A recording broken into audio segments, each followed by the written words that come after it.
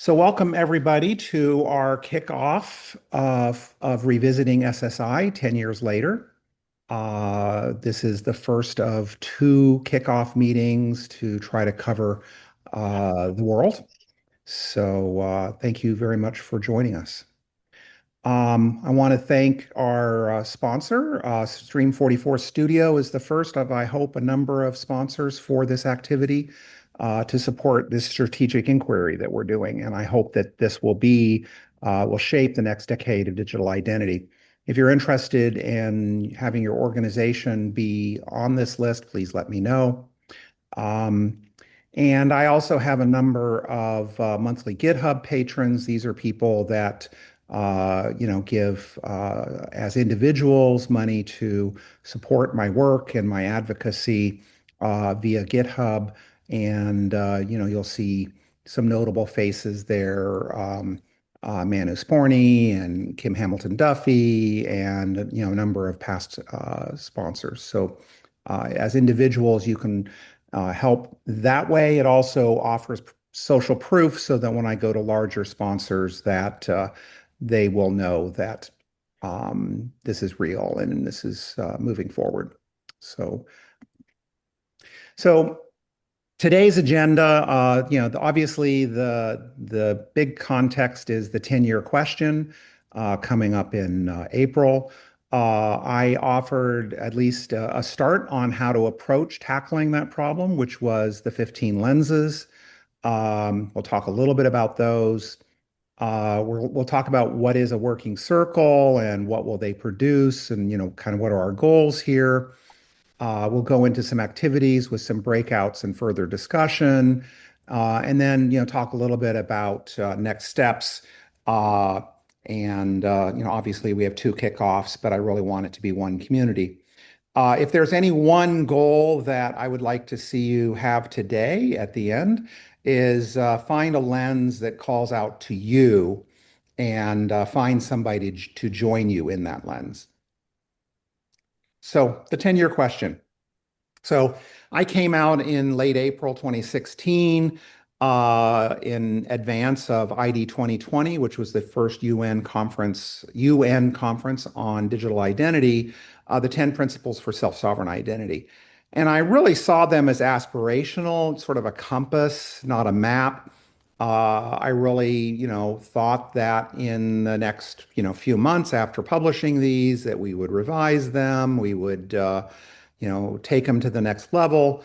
And that didn't happen. I mean, it was well received. I was really pleasantly surprised at the United Nations. There was some concern that using the term sovereignty would alienate them. But in fact, I had ambassadors and other um, people uh, start using the term almost immediately. So I felt like we had clicked with the right way to push this forward. Um, so in the next 6 years, the principles really took fire. I saw hundreds of articles. As of today, I see just in Google Scholar 500 plus academic papers that refer to it. In other citation indexes, I've seen over 1,500. So there's really been broad acceptance among technologists, policymakers, and advocates of this as kind of a baseline. And there have been W3C working groups, pilots, enterprise interest, and a global community formed around around decentralized digital identity. The principles really inspired people. So we had 10 rebooting Web of Trust workshops. We have a W3C recommendation standard for DIDs and verifiable credentials. We've had dozens of government pilots. And I would say that the architecture worked and the standard shipped, but somehow along the way we've lost the principles. So what went wrong? And I think the lenses are going to talk more about this, but I want to throw these up at the top. I think we focused on privacy instead of what privacy defends, which is resisting coercion. I think, we followed the money legitimately, but this ended up being a death of a thousand compromises, including things like DID Web, which is decentralized in name only. But the other thing that happened was that Google and Apple were winning with more resources using centralized solutions. And when we were being compared against those solutions with more resources and Google and Apple behind them, and we dropped our some of our principles, we ended up not winning, especially in Europe. I would also say another factor here is that governments really focused more on the four horsemen of the digital apocalypse, i.e., terror, pedophilia, drugs, and money, when I really feel like the real threat is autocracy. So, the governments were largely behind a lot of the money here, and that's what also caused some of the problem. So the result was we had hoped to reduce centralized power, but we became indistinguishable from the very systems we set out to disrupt. I mean, if we can't maintain the integrity of what decentralized means, how can we fight it in the larger world? And in fact, we may have given by doing what we're doing, impetus for increasing centralized power. And that is a real concern of mine. Um, so the question for, this initiative is like, what did we get right? But what did we miss? And if we're going to be planning for these principles to last for the next 10 years, what must change? So while you're here, we really need diverse expertise. We need technologists, but we also need lawyers, regulators, politicians, advocates, academics. We need policy people, but we also need lived experience because the goal of this particular set of meetings is we're not going to be building specs. We're not going to be doing DID 3.0 or whatever. What we're really trying to do is a strategic inquiry, to apply, to update the principles, use those, and have that affect the development of regulations, of standards, et cetera. So I would like everybody who wishes to introduce themselves to raise their hand in the Google. So there's a Google button for raising your hand. And I will basically call you in turn. And I'd like you to, be very brief, give your name, your affiliation if it's appropriate, and like one sentence of what brings you to this work.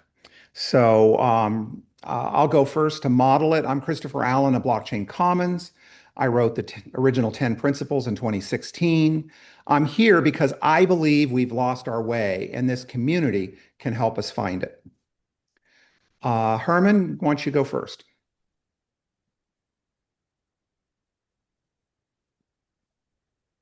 Herman, you may be on mute. Here we go. Oh, Go ahead. do you mean Michael Herman?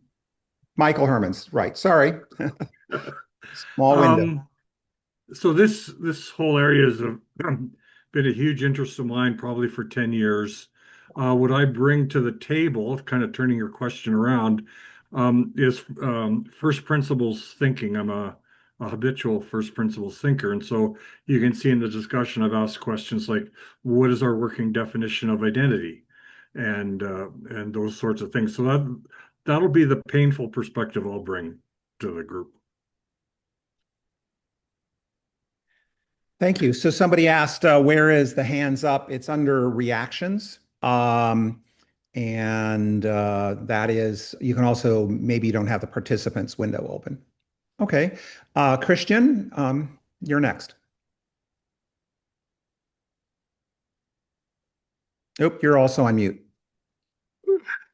Hey guys, this is I'm Christian Saucier. I come here as a representative of the MDIEP protocol. It's a system that me, a couple of other guys have been building for the last 2 years. Very decentralized. We focused on the decentralized part of DIDs and VCs, and yeah, very excited to be here. I've benefited from the rebooting the Web of Trust work you guys have such great white papers out there. I've benefited from that over the last 10 years of my Web3 work. Happy to be here. Thank you. George, go ahead. Sure. Hello, everybody. I'm Georg from Switzerland. CEO, head of product, founder of Varane, which is short for Sovereign.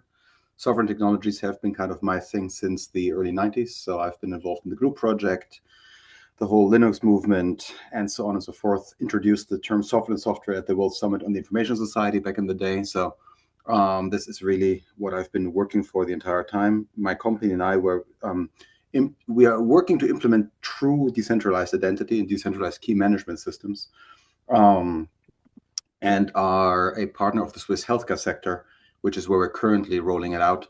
And next year we'll be deploying a true peer-to-peer data mesh based on those principles.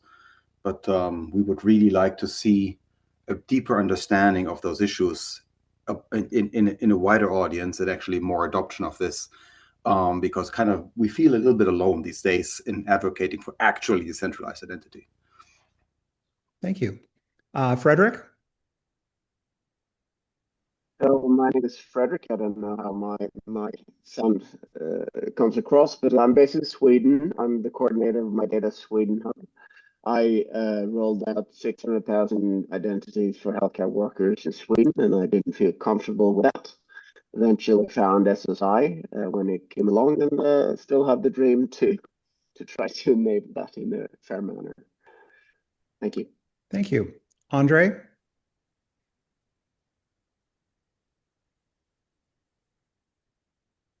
Good evening. Can you hear me? Yes.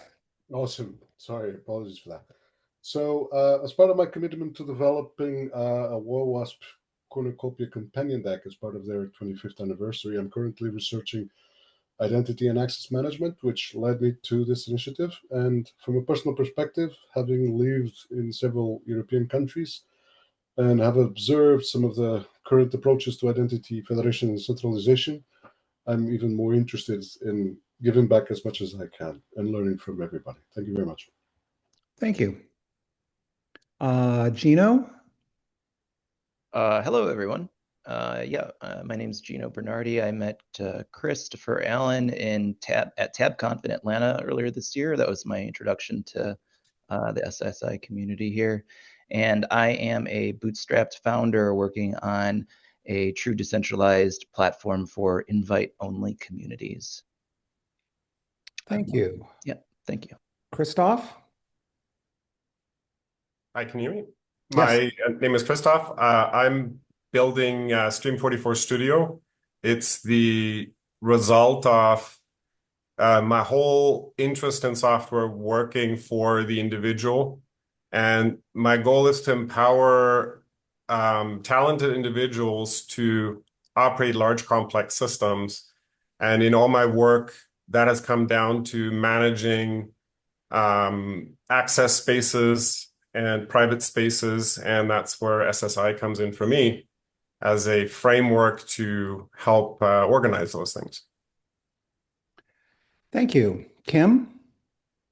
Hi, I'm Kim Hamilton Duffy, outgoing executive director of DIF. We just announced today that Grace Rockmany is taking charge, and so you'll see some announcements about that.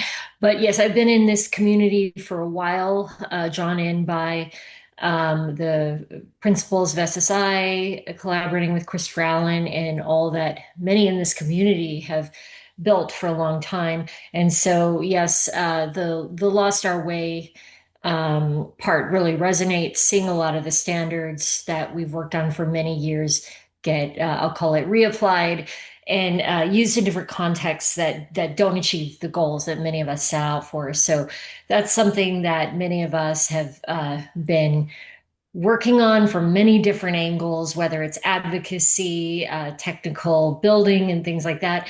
I'm really glad that Christopher kicked this off. And I want to say, so I remember that Christopher tried to do this over 5 years ago. I think it was at a rebooting. I think it was in Boston. And so he started trying to get people to revisit the principles of SSI because he knew then it needed improvement. And it was unfortunate to see that there's a lot of kind of unproductive methods and clearly that had to be abandoned because I think a lot of people talking past each other. So I'm hoping that everyone honors Christopher's intent, not saying anyone isn't, but let's work together positively with the goals in mind. I think we're all here, longtime contributors to the community, trying to build something better. So really hope we keep that focus. Thank you, Kim. Philip? Hi, I'm Phil Long. I'm with the T3 Innovation Network of the U.S. Chamber of Commerce Foundation, as well as ASU and Georgetown University. I'm very interested in keeping digital identity separated from the different applications that use digital identity and making sure that one's purposes and permissions and the like to use these various credentials that have one's identifier in them don't result in those being revoked and your identifier going with it and as a consequence your identity. So the notion of self-endorsed identifiers or state-endorsed or third-party endorsed identifiers is really important, and I'd like to support that. Thank you. Martina? Yeah, good evening, everyone. I hope my voice carries. That's fine. I'm Martina. I'm located in Switzerland as well. I was part of the Swiss CID team about a year ago and tried to steer them a little bit towards SSI principles, which, well, worked in some cases and didn't in other. And being in Switzerland, not only with regard to the EID team, but I have witnessed kind of firsthand that we kind of use SSI a lot in when we talk about digital or decentralized identity, but there is not the real meaning behind it as provided by the 10 principles. And one person once told me, oh, it's so cool in Switzerland, you're not afraid of using the word self-sovereign in the sense of self-sovereign identity. But I'm not sure what's better, whether you're not using it or whether you're using it kind of the wrong, not sovereign way. And I'm the founder of Cosmo Connect, and I've been always also with my company very much looking towards, as Georg mentioned it, kind of real decentralized solutions with self-sovereign aspect into it. And I also challenged kind of or evaluated the Swiss CID and its infrastructure in cooperation with Christopher a few weeks back. And yeah, it's not about the challenging, it's about moving forward. And also what I'm very much looking forward here in this group, to have the collaboration with not only tech people, but really to open the field, because it's in essence, I think it's not a technology issue, right? So now I stop. I don't have a voice and I give the word to someone else. Gerald, go ahead. Thank you. Hello, everybody. I'm Gerald Glickman. I'm a fellow at the Bitcoin Policy Institute focused on digital identity. Grateful for many of you here in this call and your work. My background is predominantly in fraud and identity risk management in financial services, as well as identity verification in the United States. And I've seen kind of firsthand the downside of our current identity verification and digital identity paradigm in the United States and the harm that it causes individuals. And I'm here to contribute in any way that I can to advance technologies and policies that empower individuals. So thank you. Thank you. Marcus? Yes, hello, I'm Marcus Sabatello of Pendium Tech in Vienna, and also associated with DIF. I've been at a lot of the rebooting Web of Trust workshops, and I've been working on DITs and W3C for a while. So I'm very curious to see what are the next steps for this wonderful community. Thank you. Frederick? Hi, I'm Frederick Debo. I'm with a small business in the Washington, D.C. area called Prometheus Computing, and we do a lot of work with the National Institute of Standards and Technology in in the US. Um, right now, I've been sort of like observing or listening to a lot of the CCG, the W3C CCG, like mailing list and discussions, and with my company, we did a little bit of some test cases and stuff. But to be honest, right now, we are not necessarily building anything. But I feel that this community is very important. The discussion is very important. So I'm trying to stay abreast with everything that you guys are doing. And hopefully, if I can be helpful in some ways, I'll be happy to help. Thank Thank you. you. Matthew? Yeah, I'm Matthew Schutte, phoning in from Puerto Rico. I've worked on a project called Holochain for the last decade or so. Done a little bit of stuff with Christopher Allen. Participated in some rebooting Web of Trust events and IIW events and things like that. But it's been a little while since I've been to some of those things. It's good to see many familiar faces, and I'm one of the somewhat technical philosophers, I guess, in the group who poke holes at things on occasion, and I'm grateful for getting invited by Christopher to help improve the SSI principles for the 10th anniversary. Thanks. Okay, so that's all the hands that I have seen raised so far. So this is a last call. If you would like to do a quick intro, or if you can't find the hands up button. Yeah, this is Rich. I work for Certainty. I admit I couldn't find the hands up button either. My interest is that from a technologist perspective, I work for a company that's very interested in decentralized encryption data and moving it back and forth, and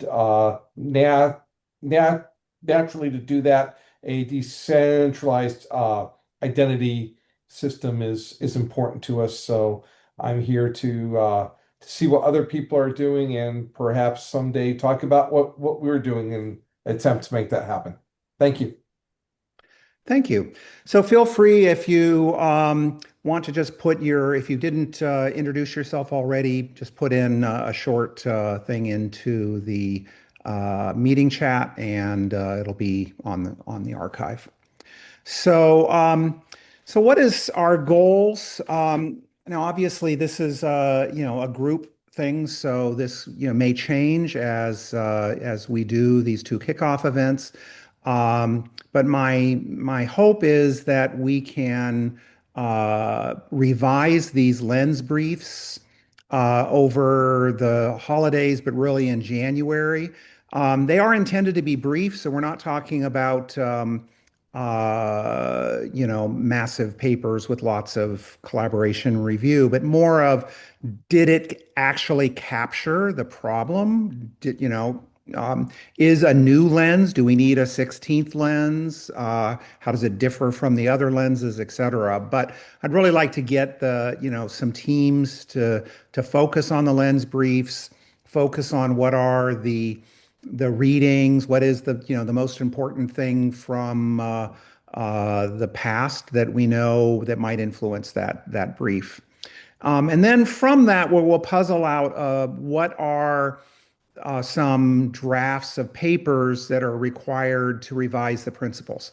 Like what, somebody might want to go into, okay, so, here is a particular problem with generative identity, and here is a potential way to address it in a principles way that solves some problems, et cetera. Let's write a paper about that. And so the groups will decide kind of what they want to do.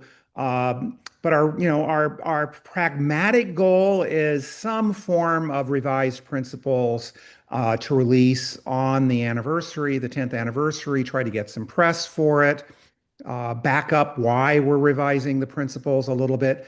And then over, the rest of the year, the papers and articles get published in a variety of different places. So, whether or not it's in academia or in a journal or in a news publication or a blog, that these would come out and hopefully influence our community over the next years. So I'm going to go quickly into the lenses. This kind of came out of 9 years of various kinds of my own criticism of the principles as they were being interpreted or misinterpreted. Various critiques of others. I've read about 100 academic papers and some blog posts, et cetera, that all had different takes on the principles and try to kind of categorize them into what is it that is the difference that they're bringing to the table. And ultimately decided that I felt like that they all had different lenses on the problem and that no single lens is complete, but they all reveal something important. So my hope is that we'll have working circles that go deep on at least one lens, but while staying aware of the whole. Right now I have them divided into 4 categories: the foundational principles and rights. I felt like 4 came up in the area of preventing coercion of different forms. 4 around relational and or contextual identity and some of the challenges there. And then there are 3 around compliance, governance, and sort of technical standards. In the first category, as far as foundational principles and rights, I have 4 as a start. The irreducible person, existence before encoding. Kim mentioned, some prior efforts to try to revise the principles. That actually was one of the hardest ones. I think we didn't have the language or the mental models for some of it, so we had some real intractable problems that kept that from being a productive experience. And one of the things that was in there was, is identity property? Do you own your identity? Because that was the language that was being used 5 years ago. And so that led to the second lens, which is identity can't be owned or sold. So it's related to irreducible person, which is existence come first. We are natural persons, and our dignity as people in the real world has to come first. Digital will never be anything but a shadow of who we are as full people. Some of this ended up then connecting to the right to transact, which is, if you're going to be able to participate, especially online, you have to be able to pay for those services or be able to assemble freely, et cetera. And right now that is not in any regulation or law. If anything, it's becoming more restricted because it isn't a right. And then I also threw in here the cryptographic paradigms. I think a lot of our early assumptions around what the internet can offer you, what internet cryptography can offer you, et cetera, were shaped by technology that was really developed 40 years ago. And I think there are some emerging things that can help with this. May not be the perfect category to put this in, but it felt like it fit here first.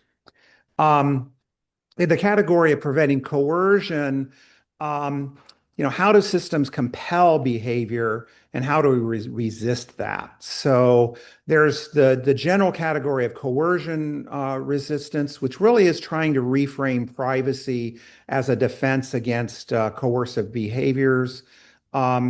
But then that kind of leads to various specific problems around self-coercion, when the control feels like your own idea, that kind of was enough of a twist. I felt it deserved its own lens. A lot of things around choice architectures, which again, looking at a lot of the things that we've learned from marketing, from various kinds of persuasion and influence and propaganda studies. Turns out you can do a lot of things that, give you the illusion of choice, but in fact, your choice is being coerced. Um, but then also in a recent conversation in another signal group, we had some very interesting ideas around this concept of, well, wait a second, what happens if you want to bind yourself? When is it an advantage to have self-coercion? And so there were some interesting things around that I think were worthy of discussion. Um, in the relational and textual integrity, we have a number of people that, were concerned about the overemphasis of self in the self-sovereign. I think I always saw it as allow us to negotiate with other sovereigns as peers. But a lot of people interpreted this as, oh, you are totally sovereign and you don't have to negotiate with anybody. And I think that was not my intent. Um, well, I know it wasn't my intent, but that's the way it often became interpreted. So there have been a variety of people that have criticized that, especially around the Ubuntu I am, because we are. I think our challenge now is to figure out how do we reflect that, and in particular, how can this be useful to prevent the kinds of problems that we've seen online. Um, Another thing that kind of spun out of that was contextual boundaries. There's a lot of desire to keep our life spheres distinct. Part of it is just, the language of one sphere might be very different than the language of another sphere, but some of it is just around, human dignity. We are in our digital world multi-dimensional. Because we as irreducible persons are multidimensional. And so we really need to keep those separate. Uh, I mentioned before that, my vision of why I chose the term self-sovereignty was so that we could negotiate as peers in this big battle where corporations, nations, regions, indigenous people, et cetera, are all trying to, puzzle out what is sovereignty in the 21st century. This, basically raises up this multi-scalar sovereignty issue, including like, how do small groups have sovereignty? So I felt like that was a worthy area. And then we're seeing a lot of very interesting stuff, in particular in Utah, but it's not solely there around stewardship type issues. How do we care for those who cannot consent? And it turns out there's some really good work there, but we also, it's new, and I think we need to look at the risks as well as the advantages and solutions that are required. Finally, in the category 4 around compliance, governance, and technical, how do our principles survive contact with law, standards, and power? One of the first things I observed was, I failed to come up with a good, pithy one-sentence description of self-sovereign identity. I tried many times. Other people have tried. And kind of for a while there, it was like, well, it's anything that does the 10 principles. Uh, but the principles aren't really objective. Some of them are more, have the potential to be more so. So I was really pleased with some work by the CSSPS people in Japan, who, by the way, will be part of next week's meeting for the Asia EU meeting, of trying to go, well, wait a second, can we puzzle through here the which of these principles can lead to things that are, hey, if you're not this, you're not self-sovereign. This is objective. And I think that was great work. We need to move that on. But it also kind of, what I loved was one of their spreadsheets in the addendum of the CSSPS paper that basically said, well, these things we couldn't measure, so we kind of skipped them. And it made me kind of realize, well, not everything can be measured, but we can basically make it stronger, make it more clear. So I'm hoping that's what that group will do. Both make more objective ones, but also identify those things that can't be measured and turn them into things. Several of us have been involved with regulatory frameworks, trying to, basically have, governments and other kinds of regulators uh, um, do better here. In particular, I did some work with the Swiss ID folk and made some recommendations around their regulatory frameworks. Um, and how do we basically help the governments and regulators, et cetera, do the right thing? How do we create a foundation that we can build on that is separate from any kind of technology? And I think there's a lot of momentum, and I think there's some people in this group that are interested in that. Sort of related to that is principal authority, which is we have a variety of people that have um, agency over, or control of our agency is maybe a better way to express it, that we didn't really intend. And the way that works under law is that, they have to have some duties if they're going to take on your agency. And this is just totally not in any of our systems to do that. So those are the 15 lenses. I'm going to make this presentation available later that talks more about that, but I didn't want to spend too much time on that. We also have on the website, all of these lenses, along with kind of a first draft of what is the territory? How does it, relate to other lenses? Why it's important? What are the harms if we don't address the lens? What are some constructive directions that we might be able to make things better? What might be a change to a principle? And then I try to offer some resources on each of these. So these are really just quick drafts. I'm hoping that you and others will take these to the next level in the next 2 months. And also clearly the lenses aren't silos. Stewardship is closely related to relational autonomy. Coercion resistance, I think, threads through a lot of different of lenses. Context boundaries also, has alignment with multiscalar sovereignty. Each brief acknowledges connections while going deep in one. But they're provocations, not conclusions. I believe that new lenses may emerge from our work together. Obviously, given that there are 15, we're not going to be able to tackle all of them, and that's okay. The coverage will be organic based on your interest and your expertise. And it'll be these working circles that take on ownership of where the lenses go next. So what is a working circle? My ideal is that, a lot of this comes from Rebooting Web of Trust, which did 70 plus papers on decentralized identity over 9 years. Ideally, they should be 2 to 5 people, but I really think for online, 3 or 4 is ideal. And it really should have some diversity in the sense that, a technologist with an academic or an advocate person with a policy person, or all 4, is really a more powerful group. For the purposes of doing the lenses, I'm just hoping that you can meet 2 or 3 times for 90 minutes to talk about your lens, clean it up, add to it, or whatever. Because the goal right now is just rough consensus on worthy insights.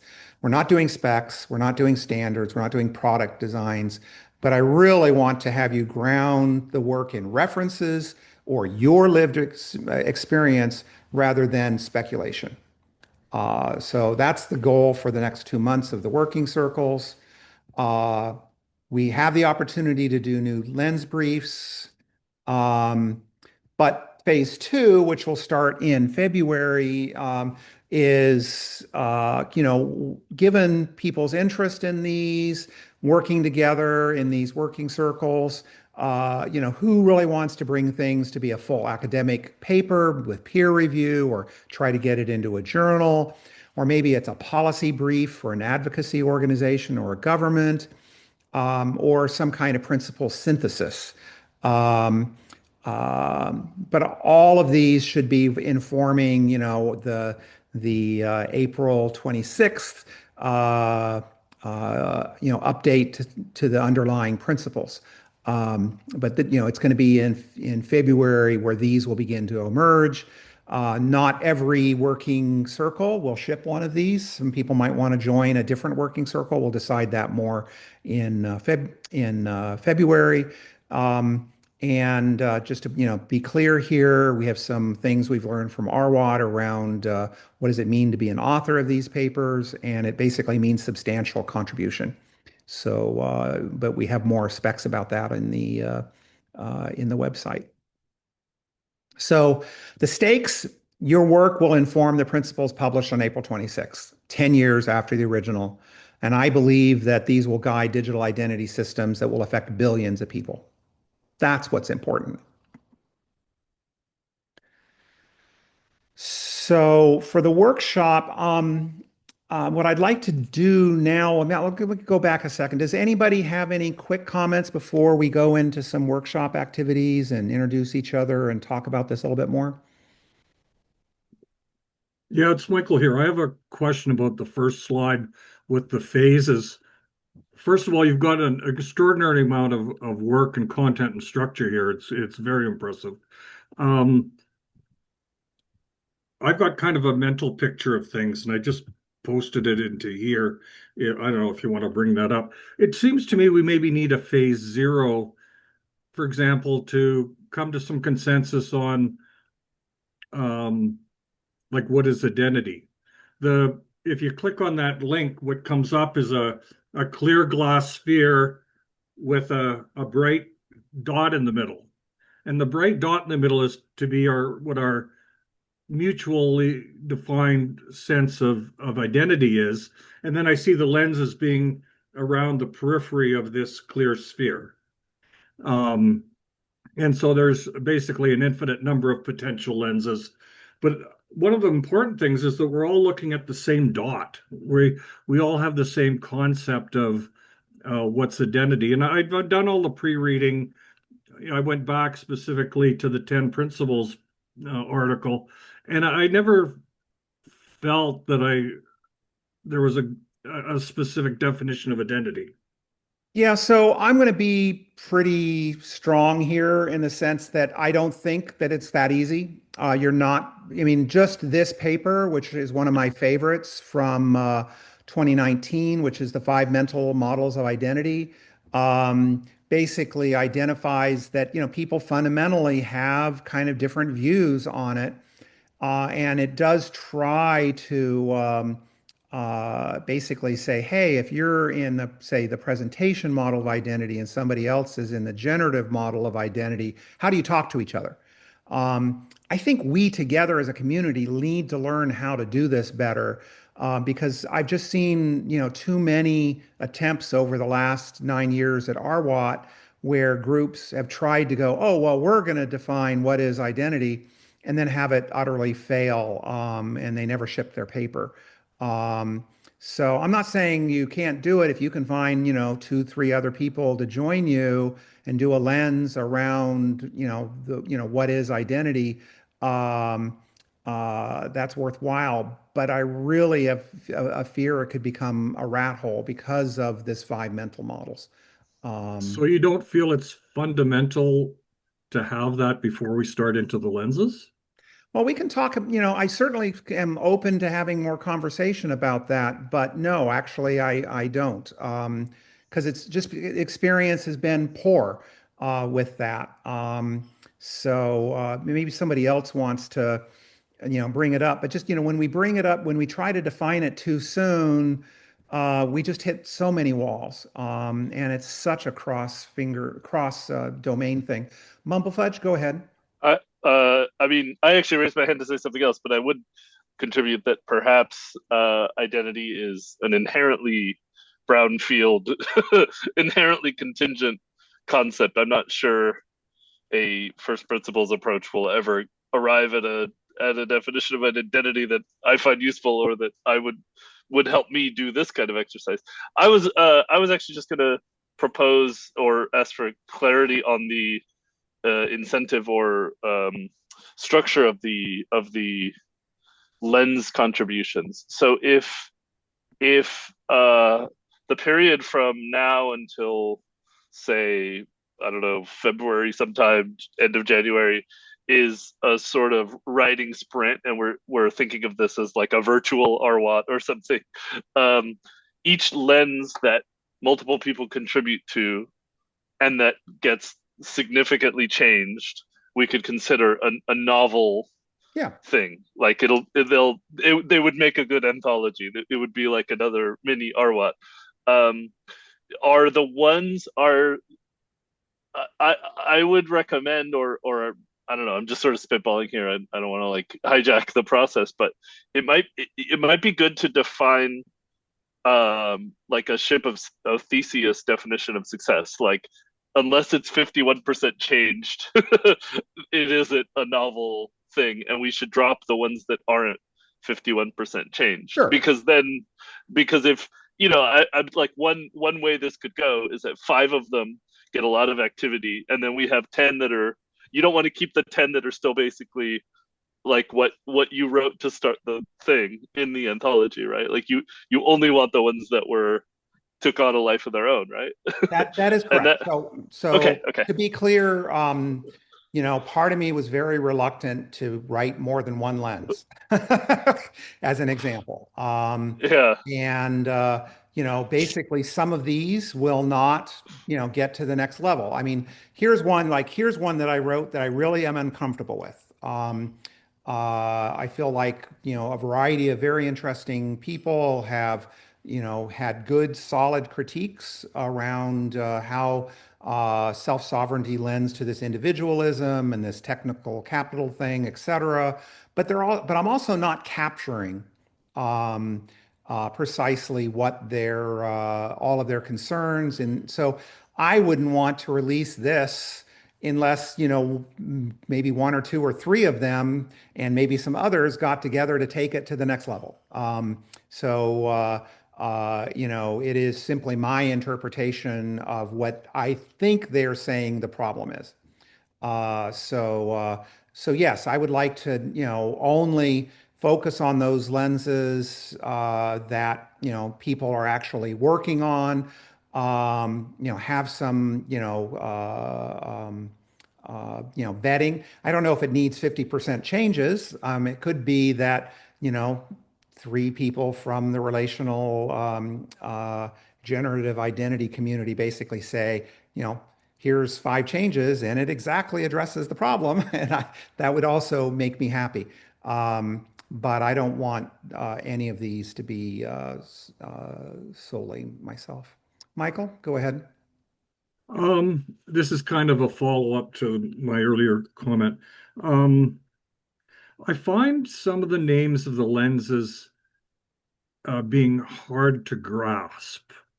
And like this, well, as you went through them, would you be open to renaming some of these lenses? I know you've got a lot of integrated content here, would be painful, but I think it would be easier for everybody now, before, in the middle and afterwards, if we maybe had plainer language. I'm fine with that. I think that, if somebody's going to take on, say choice architecture and exit rights as something they care about and they want to, and whatever, but they in the end want to, reframe it as a with another name, or, remove or delete things that are kind of outside of the scope that they really want to do, that's fine. And in fact, not just fine, I think that would be great. And my last comment is, if we use this sphere model again, we've got these, well, actually the 16 or 15, and then I've added 3. So there's going to be some number of these lenses around the sphere. I think ultimately what you'd like to find is sort of an orthogonal set, a spanning set that represents, the principles of SSI. Would that be a fair conclusion? I would think so, but I definitely feel like that's going to, maybe require a larger group than what a working circle can do. And we can talk about that as we, get closer to April 26th. Yeah. Well, my very last point is after we go through these lens discussions, maybe that's the point to look at what is the actual published set of principles, and it might be different projections and combinations of the lenses. Yeah, I definitely, I've already got, in my own kind of pre-work on this, some weird things where, okay, well, this requires 3 different changes to principle 9, and I don't know how to reconcile them.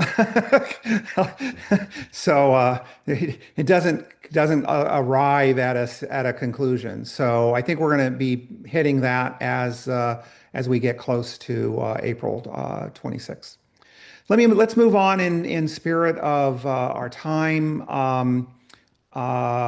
So what I wanted to do was just, have an opportunity for people to quickly introduce themselves. But what I'd like you to do is if you had one lens to focus on today, no long-term commitments, no, not even necessarily for the next month, but if there's just one lens you would like to know more about or be involved in, which would you choose and why? And share that with your team members. When you come back, probably it's going to be a little less than 5 minutes. So it's going to be groups of 3. How many people do we have?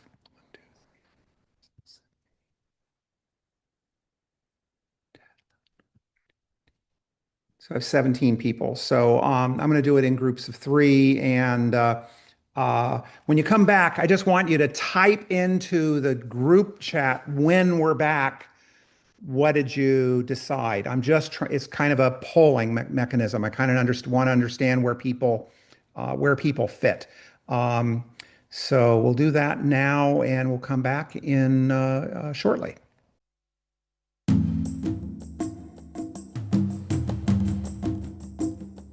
Yeah, so if I could get everybody to put into the chat just one, because we're gonna, you're not committed to this, but if there was just one, we're gonna do another little breakout by lens of people that are interested in the same lenses. And it's possible that some lenses may only have one person. So, we won't do a breakout for that group, and you'll need to join another one. So just put in the group chat.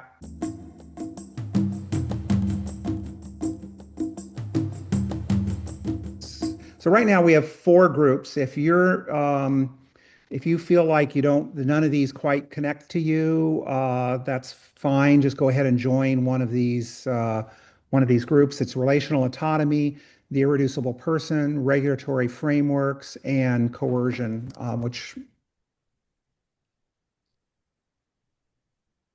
and I'm opening all of those rooms now. You can join anyone you like. If you need help getting to the room, I can just let me know, and I'll add through chat, and I'll push you into that room.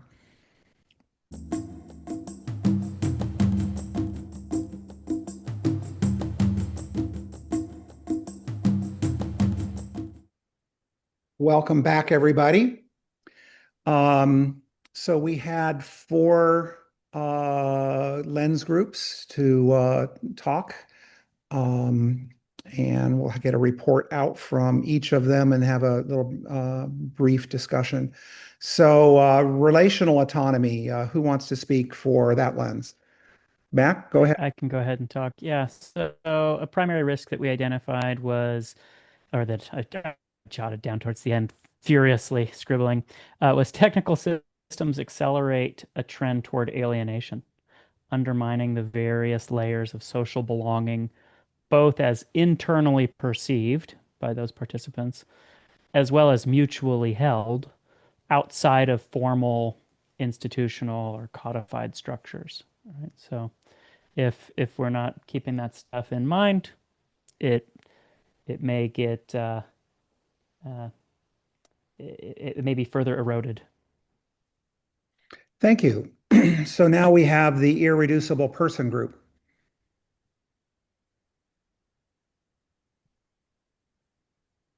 Is that you, Marcus?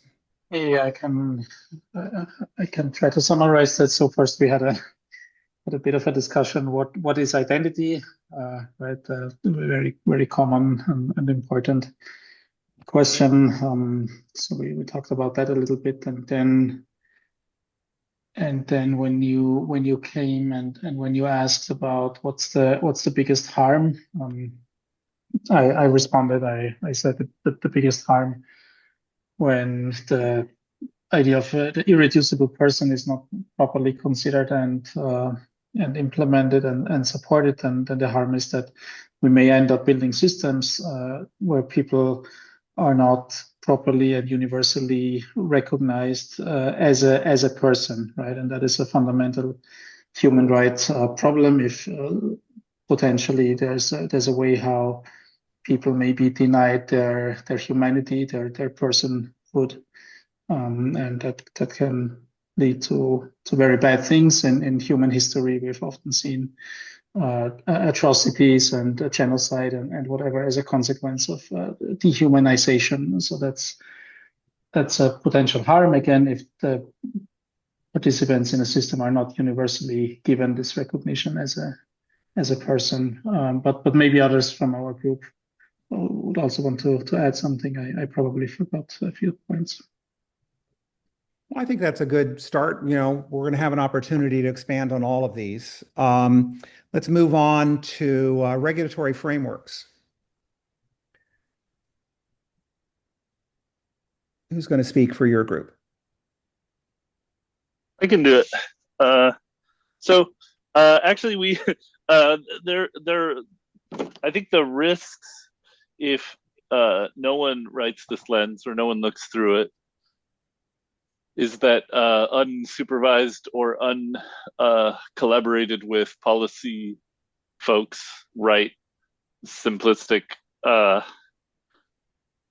requirements, and a few years of big companies doing their usual thing goes around them, and sort of games the rubric, right? Like a poorly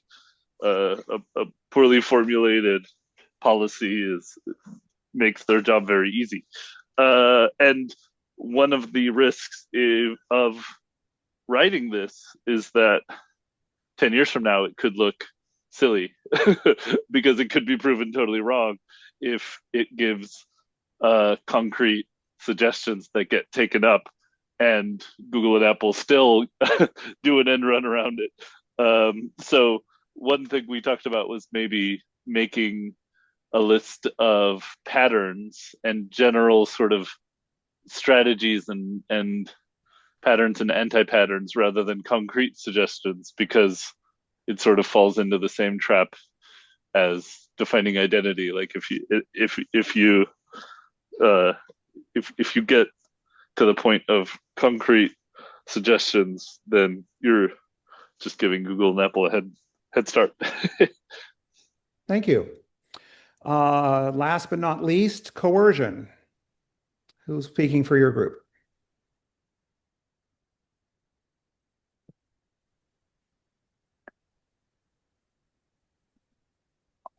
I'll summarize it. We discussed the fact that the coercion control lens ultimately leads to the worst case scenarios of and one of the key problems is that simply by acting online, the observations drawn and the conclusions that can be drawn lead us down that path, especially when you have platforms controlling things. So how do you mitigate that to ensure that that sort of skewed power doesn't arise? And when you share things online, how can you prevent that from being leveraged for those purposes? Thank you. So this is an example of kind of what I'm hoping that we will have an opportunity to do as the working circles form. Some of you may be going, I know exactly what I want to be working on. Others may be going, I'm not sure. The goal is that we want to start having some of these conversations in small groups, to start tackling these. Clearly these lenses had early momentum. I would suggest that either in Signal or in the GitHub discussions, that if this is something you want to really work on, we'll say so that others can join you. Um, I don't know we're prepared quite yet to say if there are any lenses we should combine or table for now, but I think that is something that we're going to have to do. As we bring things together. So what are next steps? Well, we're going to be doing this exercise again, pretty much the same exercise for the Asia EU time zone next week. Unfortunately for us in the United States, it'll be very late in the evening. It'll be 10 for me. It'll be 1 a.m. for anybody in the East Coast. If you want to try, we welcome you.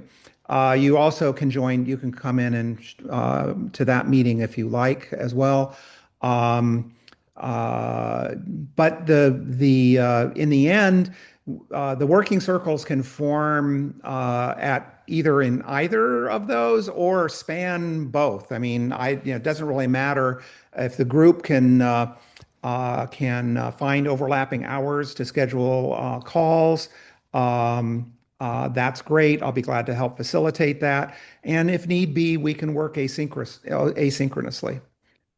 Frederick, go ahead. Just a small comment. Could we call it the Americas time zone and add Africa for the EU time zones? Sure.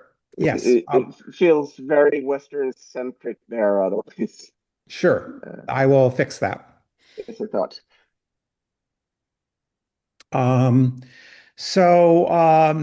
There is an opportunity for us also to begin scheduling, another larger group call. Right now, I'm available at this time on the 15th of December if there's sufficient interest. I know we've got holidays and all that type of stuff coming together, but that would be something else to basically say, yeah, I would love to meet at this time in 2 weeks, and have a broader call, or maybe we'll just do breakout rooms for each of whatever lenses emerge. Beyond that, we're beginning to hit January. I'm available on the 12th of January to have another after some people have discussed things and whatever, to have another big meeting, either at this time or at the Tuesday morning Asia Australia time, or both. Anyhow, if you can share either here or in Signal or in the GitHub descriptions that if you would like to and have availability to meet then, that'd be great. Obviously, you've met some of the people here. There's feel free to contact them on Signal and say, hey, let's meet whenever you would like. It doesn't have to be me organizing all of this.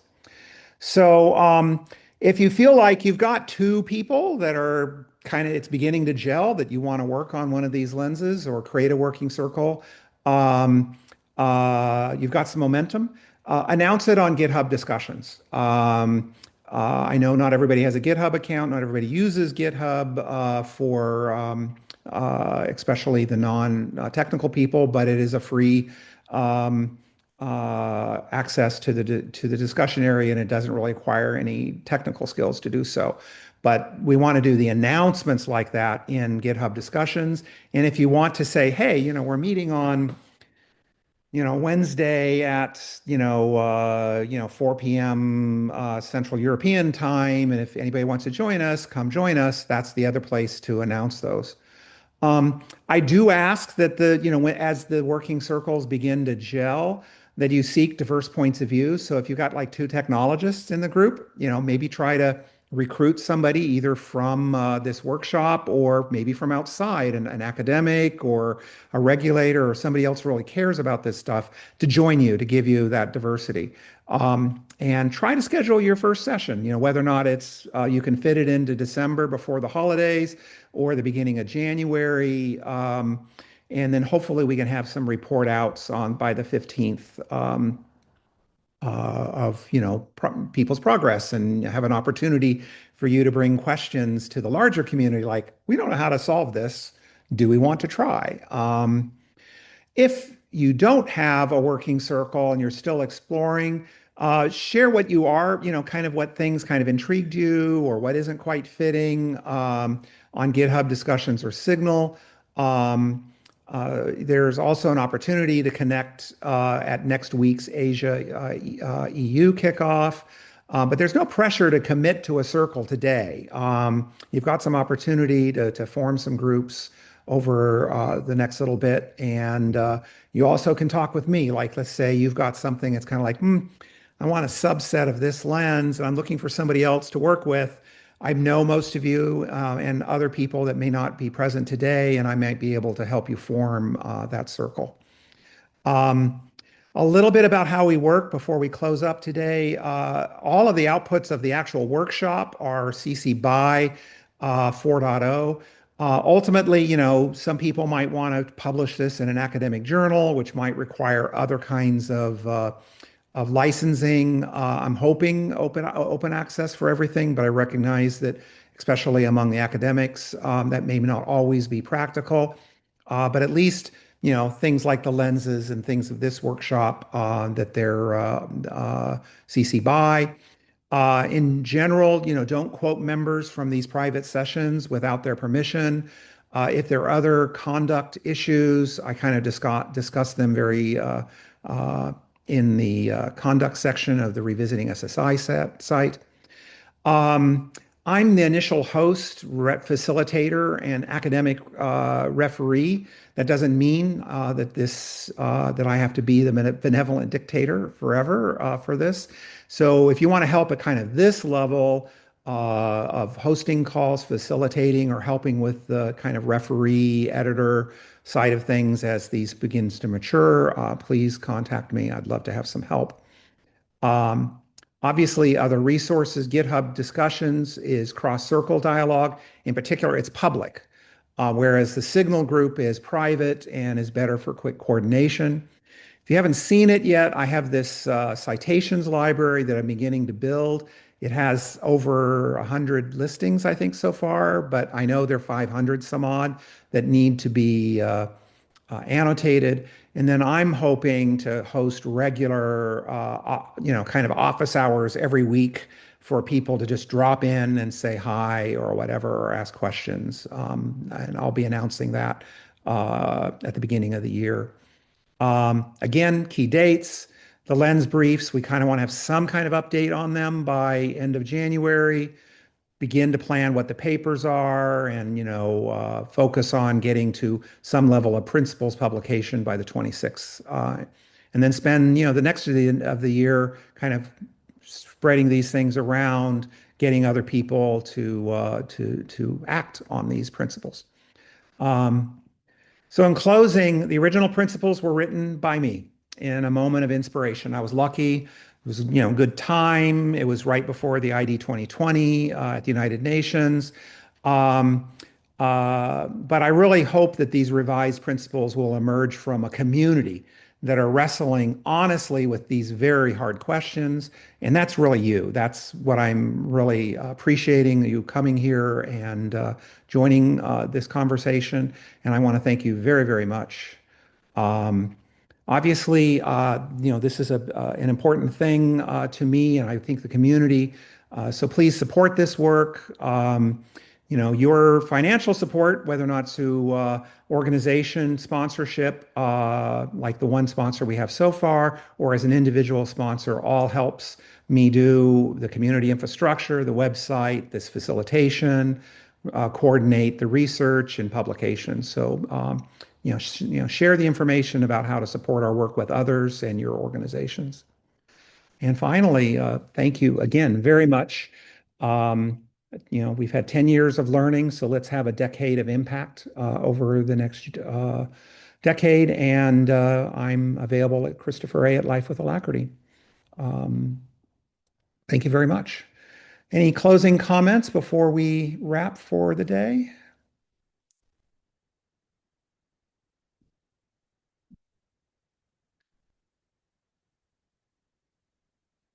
Well, thank you. Thank you, everybody. Thank you, Christopher. And Thank you. if anybody's around for the meeting next week, you can join both, and it'll be basically the same agenda, although they'll have the opportunity to at least have an edited version of this meeting beforehand, so they'll know what's kind of going on. And then again, I'm available on the 15th at either time zone. Okay, well, thank you very much. Well done. Thanks all. Good seeing you. Bye. Thank you.